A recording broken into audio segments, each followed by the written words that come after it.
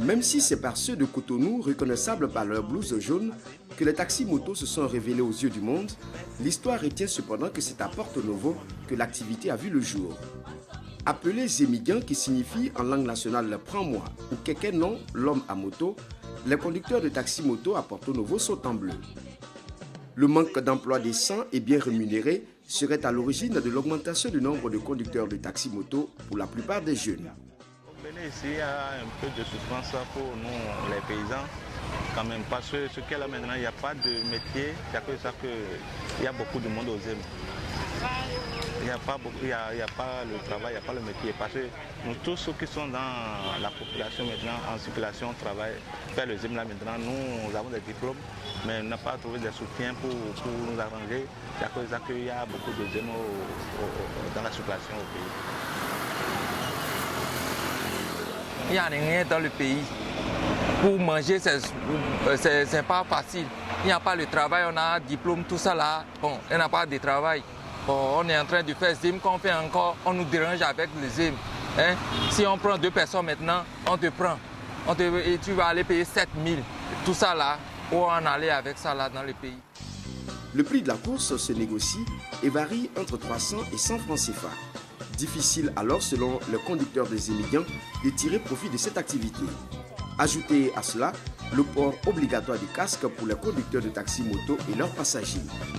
Une mesure en vigueur depuis le mois d'août 2014 et qui sonne comme un calvaire pour eux.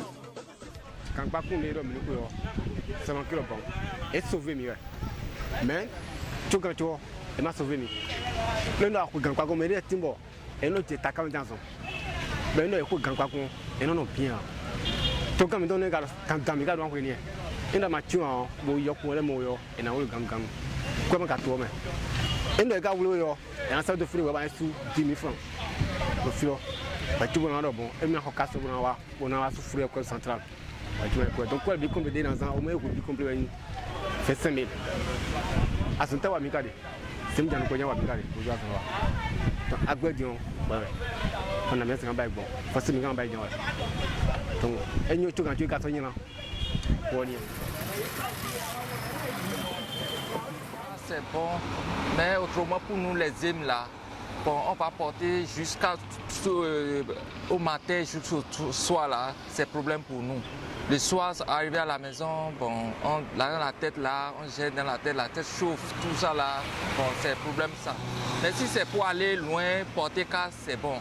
Bon, ces pays maintenant, si tu as au moins casse dans ton moto, les policiers te prennent. Bon, si on a dit de payer, on a payé.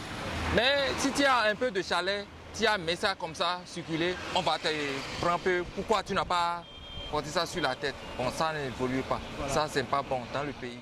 Bon, mais quelqu'un l'a dit, nous faisons ministre de Milocan. Et maintenant, nous sommes en commun, c'est bien manié de commun, c'est bon comme moi. Nous avons n'y a pas de souci quoi. Bon, mais nous, bon, au moins, à cause de quoi, nous quelqu'un là, quand nous sommes là. À Porto Novo, tout comme à Cotonou, les émigrants sont organisés en association. Régulièrement sollicités par les hommes politiques lors des campagnes électorales, ils estiment cependant que l'aide des gouvernements qui se sont succédés à la tête du Bénin n'est pas à la hauteur du service qu'ils rendent à la population.